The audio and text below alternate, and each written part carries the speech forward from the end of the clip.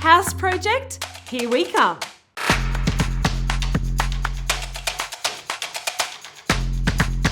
This is your typical Australian home that you'd see in any suburban area. I feel like it's just closing in on me right now. This is not a big enough cavity. It's tiny, look at it, there's look, no room. If I can fit in it, it's not a big enough fridge. And I'm going to transform it. Did he say that? We're gonna renovate it. They always forget about me. There's also the Bunnings team. They're here helping out. They're bright red, you can't miss them. We're going to have to stretch this budget a long way. Like, a long way. But we're gonna show you can get an incredibly luxe looking transformation without spending a lot. The power of DIY.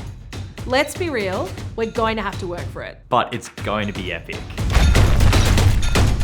Let's go.